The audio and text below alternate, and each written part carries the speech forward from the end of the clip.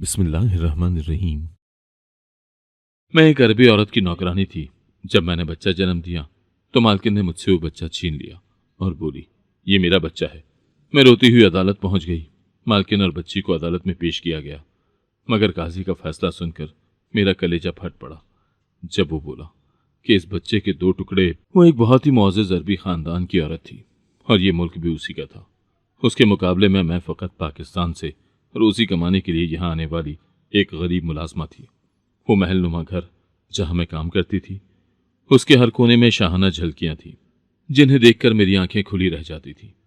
आज जब मैं काजी साहब के सामने खड़ी थी, मेरे दिल की धड़कनें बेतरतीब थीं और हाथ लरस रहे थे, लेकिन मुझे बोलना था, अपने हक के लिए आवाज़ उठानी थी। कमरे अदालत में मौजूद तमाम लोग मेरी तरफ मुतवज्जा थे, जैसे उनकी निगाहों में सवालात थे और वो मेरे जवाब का इंतजार कर रहे थे। काजी साहब ने मुझे बोलने का मौका दिया और मैंने एक ही सांस में अपनी पूरी कहानी सुना डाली। इसने मेरा बच्चा छीन लिया है, मैंने गुलगीर आवाज में कहा, जैसे मेरी रूह तक चिल्ला रही हो। वो मेरे बच्चे को अपना बच्चा कह रही है और सब लोग उसकी बात मान रहे हैं क्योंकि वो ताकतवर है, मालदार है, लेकिन मैं सिर्फ एक गरीब मुलाजमा हूँ। क्या मेरा कोई हक नहीं? मेरी आंखों से आंसू जारी थे, लेकिन मैंने अपने दिल की बात कहने में कोई हिचकिचाहट नहीं की। मैंने इसके घर में सिर्फ काम ही नहीं किया, मैंने अपनी जिंदगी के सबसे कीमती लम्हा इनके लिए कुर्बान किए हैं। वो कहती है कि बच्चा उसका है, लेकिन काजी साहब, वो बच्चा मेरा है, मेरे जिस्म का हिस्सा, मेरे दिल का टुकड़ा। क्या इस दुनिया में इंसाफ सिर्फ अमीरों के लिए होता है? क्या मेरी गुर्बत मेरे बच्चे को मुझसे जुदा कर सकती है? मेरी आंखों में दर्द और दिल में उम्मीद थी कि काजी साहब मेरे साथ इंसाफ करेंगे, मुझे मेरा बच्चा वापस लेकर दें, मेरे साथ इंसाफ करें। मेरे बाद उसे भी बोलने का मौका दिया गया था। वो मेरे बच्चे को अपनी गोद में उठाए काजी के सामने खड़ी थी। उसके चेहरे पर गहरी फिक्र और परेशानी के आसार थे। वो कभी मेरे बच्चे को चूमती, कभी उसे अपने सीने से लगा लेती, जैसे ये साबित करना चाहती हो कि ये बच्चा सिर्फ और सिर्फ उसी का है। हर अदा, हर हरकत, यहाँ तक कि वो नर्म आवाज में बच्चे को मुखातिब करती, ये जाहिर करने की कोशिश करती कि ये बच्चा उसी का गोश्त पोस्त है, उसकी अपनी औलाद। यहाँ तक कि मेरा बच्चा, जो अभी चंद माह का था, दूध के लिए उसकी छाती से लिपट रहा था।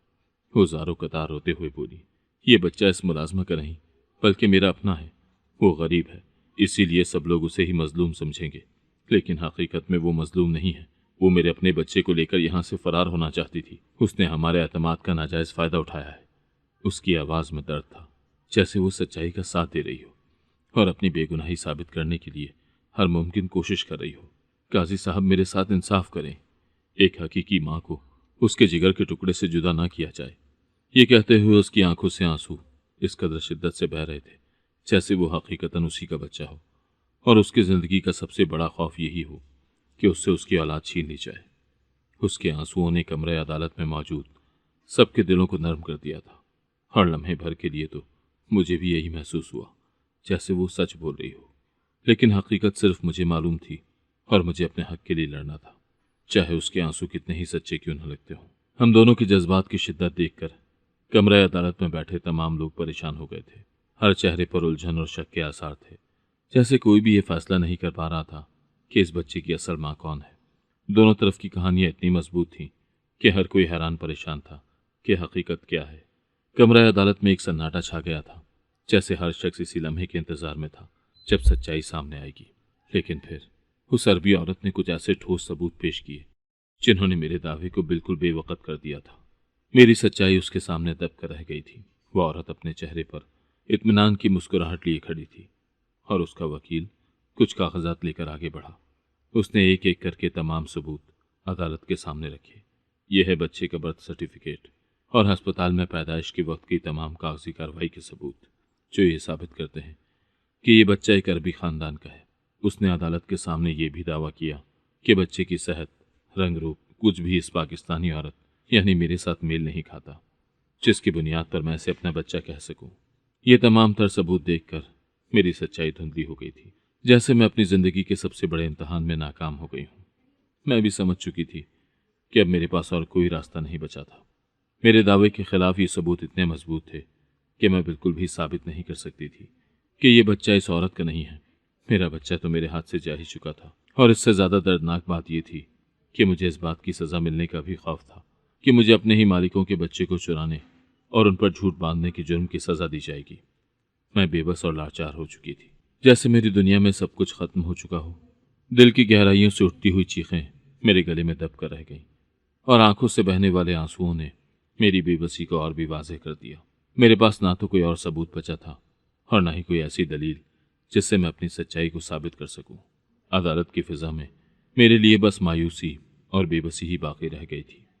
अभी बस फैसला सुनने का इंतजार ही रह गया था, जब काजी साहब ने कुछ देर तक सोचते हुए कहा, दोनों औरतों के जज्बात को देखकर यह फैसला करना इंतहाई मुश्किल हो गया है कि ये बच्चा आखिर किसका है।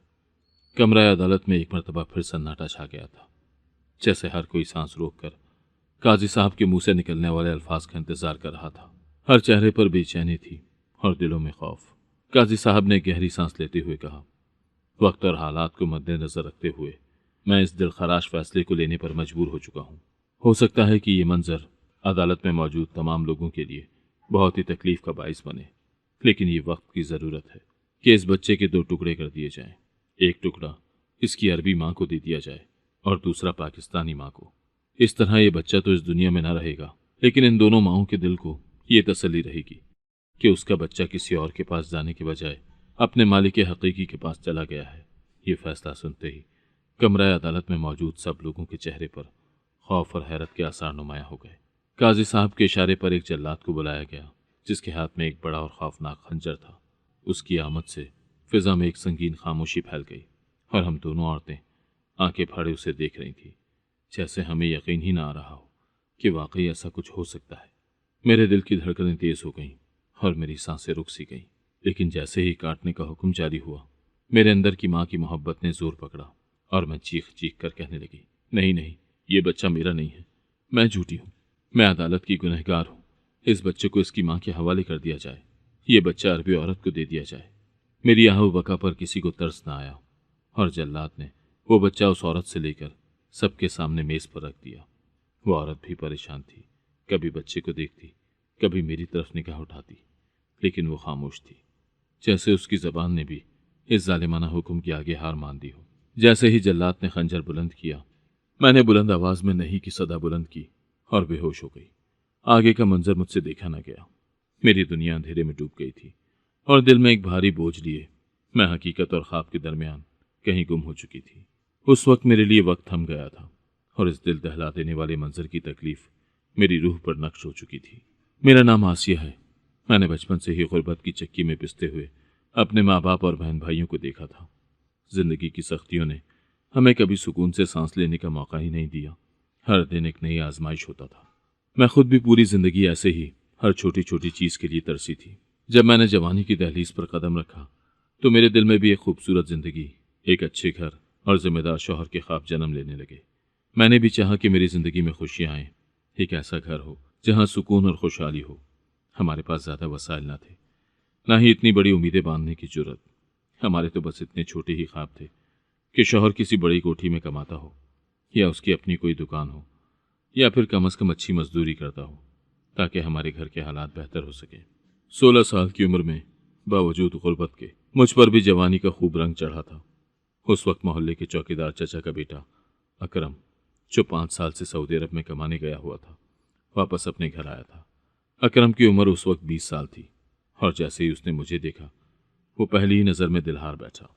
अकरम का ख्वाब उन दिनों मेरी उम्र की हर लड़की देख रही थी और उसमें मेरी सहेली अंजुमन भी शामिल थी।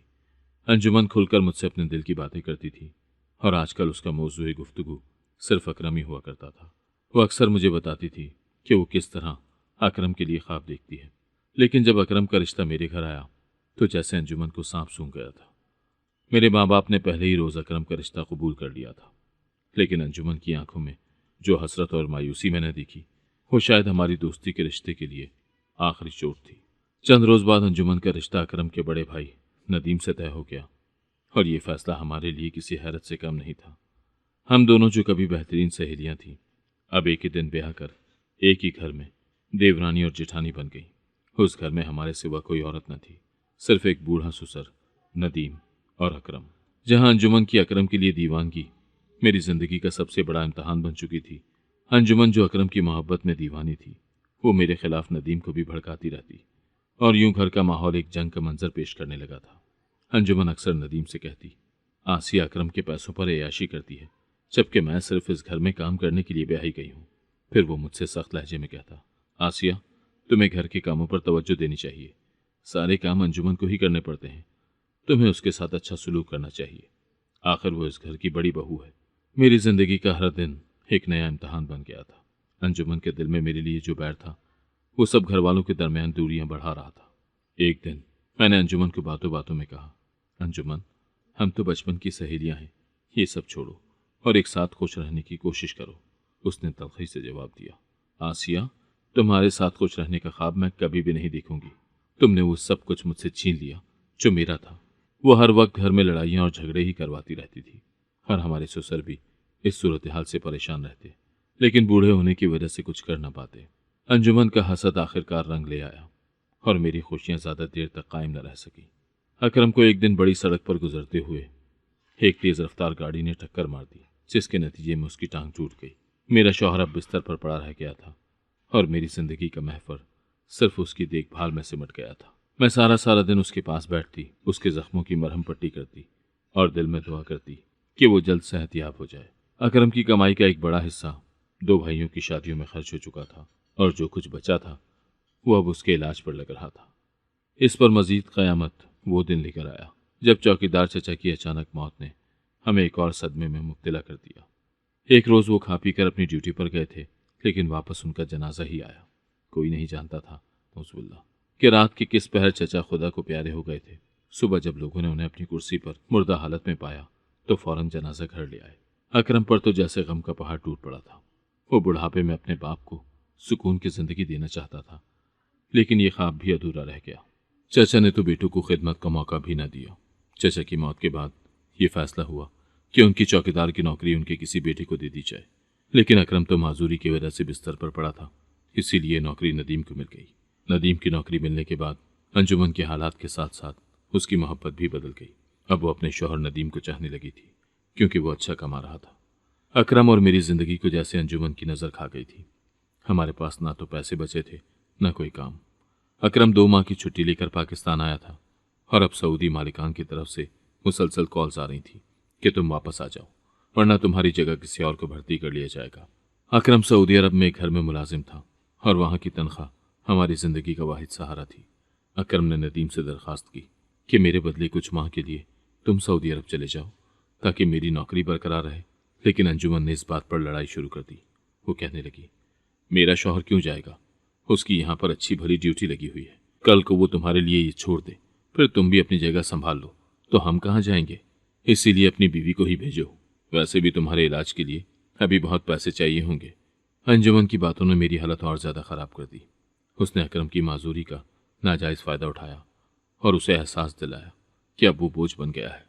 आखिरकार चंद रोज की सोचो विचार के बाद अकरम ने भी यही फैसला किया कि वो अपनी जगह मुझे सऊदी अरब भेजेगा, ताकि मैं वहां जाकर उसके काम सर अंजाम दे सकूं और उसकी नौकरी बरकरार रहे। अकरम को इस हालत में छोड़कर जाना मेरे लिए बहुत मुश्किल था। मेरे दिल में हजारों वसवसे उठते रहते। मैंने अकरम से कहा, मैं यहीं रहकर कोई काम कर लूंगी। अगर कुछ न हुआ तो लोगों के घरों में झाड़ू बर्तन करके तुम्हारा इलाज करवा लूंगी। लेकिन अकरम ने मुझे टोकते हुए कहा, पागल मत बनो। यहाँ और सऊदी अरब की कमाई में दिन रात का फर्क है। अगर तुम वहां झाड़ू पोंछा और बर्तन करोगी तो यहाँ पर तुम्हें एक अफसर के बराबर तनख्वाह मिलेगी। यहाँ रहकर तो अपनी हड्डियां घिसा दोगी, तब भी 2 वक्त की रोटी ही मुश्किल से मिलेगी और मेरी नौकरी भी चली जाएगी। अकरम की बातें मेरे दिल को लगी थी। आखिरकार मैंने उसकी बात मान ली। मजबूरी की हालत में अकरम ने मालिकान से कुछ मोहलत मजीद लेकर मेरे ज़रूरी कागजात बनवाने का इंतज़ाम किया। पासपोर्ट और ज़रूरी दस्तावेज़ात तैयार हो गए और उनकी तैयारी से मुझे ये एहसास हुआ कि मैं बहुत बड़ी जिम्मेदारी निभाने जा रही हूँ। अकरम ने मुझे अपनी जगह भेजने का मालिकान को भी बता दिया। वीज़ा तो मालिकान ने खुद देना था और यूँ मेरी तैयारी मुकम्मल हो चुकी थी।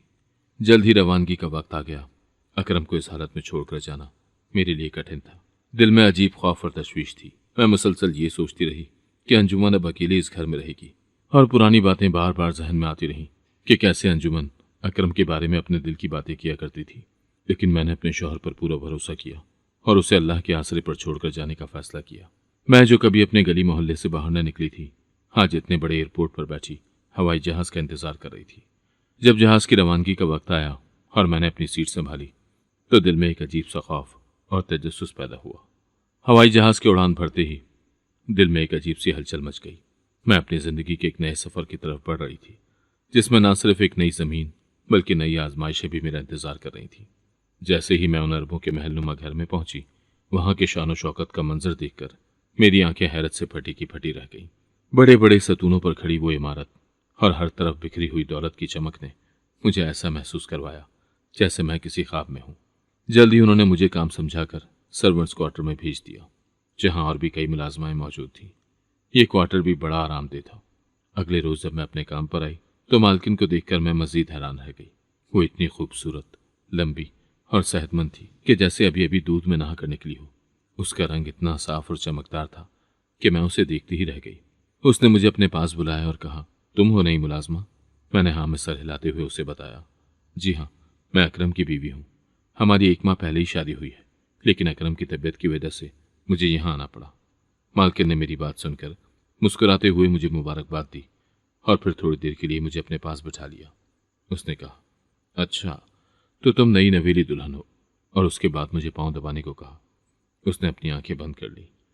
मैं उसके पांव दबाती रही और साथ साथ इस बड़े महल को देखती रही, जहां हर तरफ खामोशी छाई हुई थी। यहां ना कोई हलचल थी और ना ही कोई हंगामा। सब कुछ इतना वीरान और साकत था कि मुझे हैरत हुई। इसी दौरान एक मुलाजमा ने मुझे सरगोशी में बताया कि मालिक सुबह सवेरे ही बाहर चले जाते हैं और मालकिन पूरा दिन घर में तन्हा रहती हैं।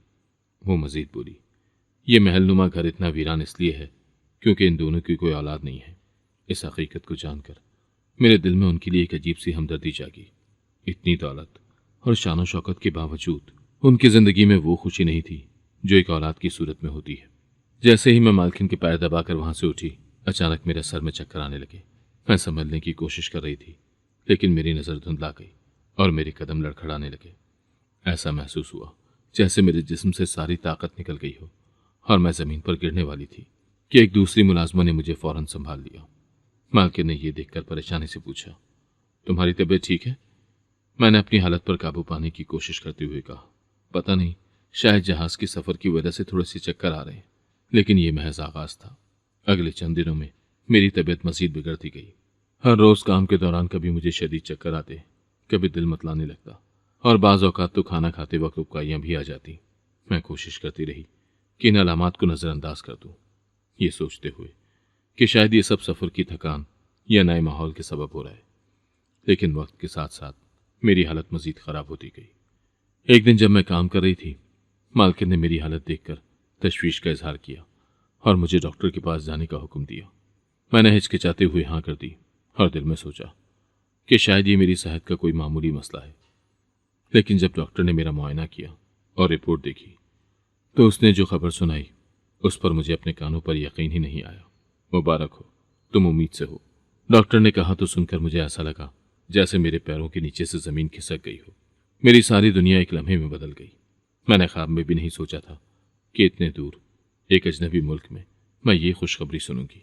मेरी आंखों के सामने अकरम का चेहरा आ गया और दिल में बेशुमार ख्यालात और जज्बात का तूफान बर्पा हो गया।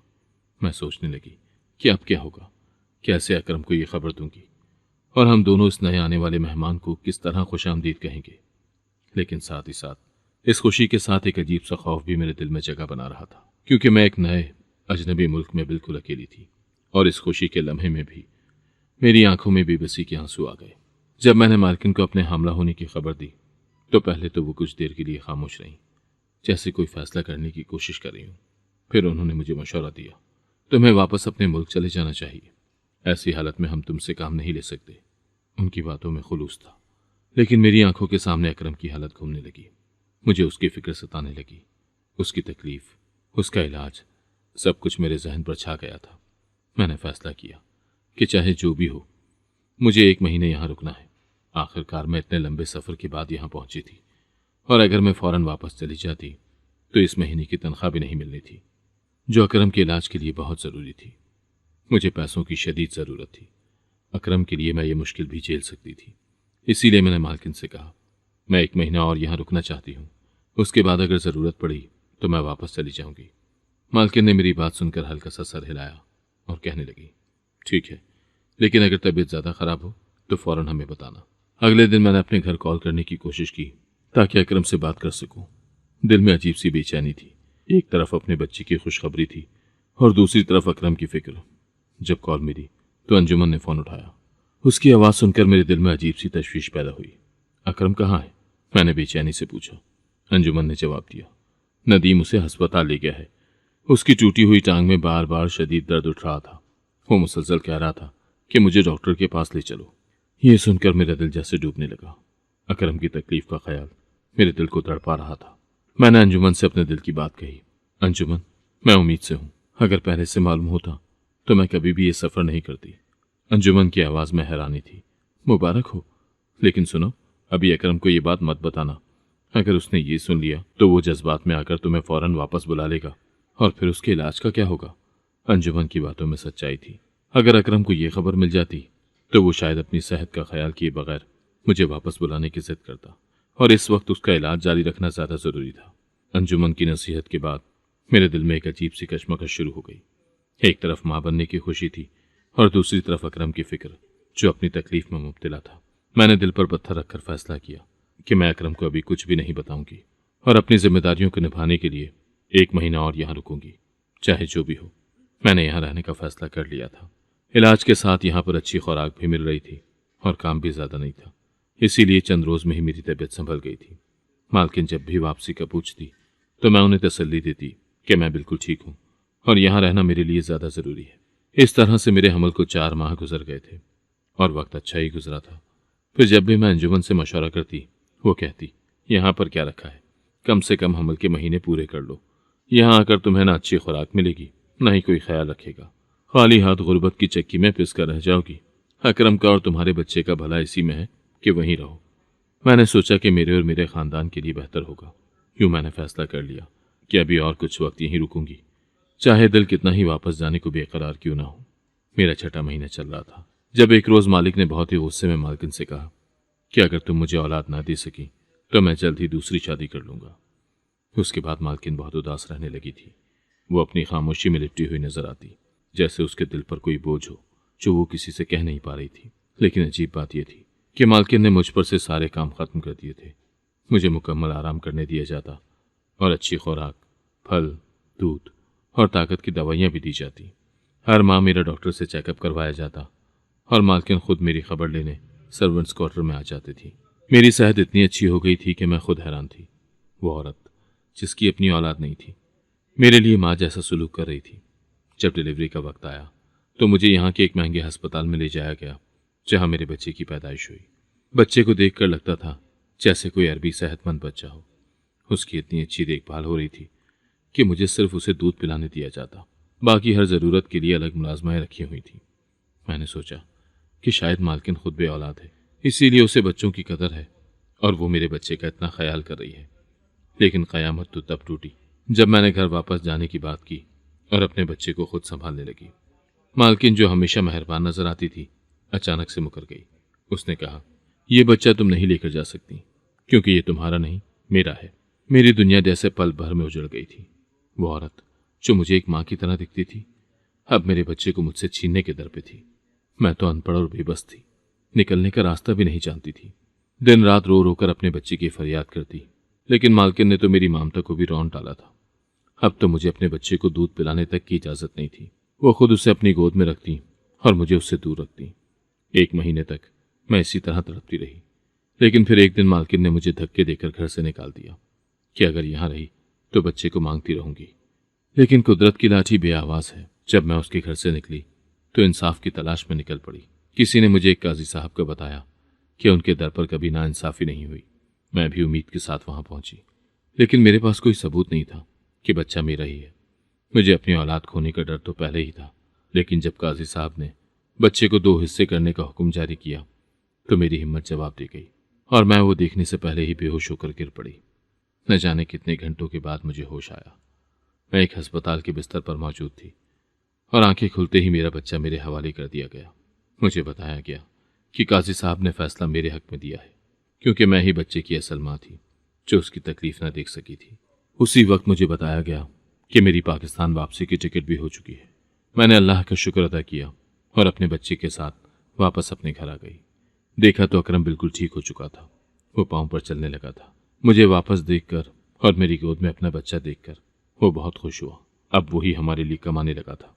जिंदगी ने बहुत सारे दुखों के बाद ये सुकून दिया था। अपनी औलाद, एक जिम्मेदार शौहर, अपना घर और खुशहाल जिंदगी। मेरे सारे ख्वाब पूरे हो चुके थे, अल्हम्दुलिल्लाह। अगर आपको आज की कहानी पसंद आई है तो वीडियो को जरूर लाइक कीजिएगा और अपने दोस्तों के साथ भी शेयर कीजिएगा। और हाँ, अगर आपने अभी तक हमारा चैनल सब्सक्राइब नहीं किया तो जरूर सब्सक्राइब करें। मिलते हैं कल एक नई और दिलचस्प कहानी के साथ। अल्लाह हाफिज।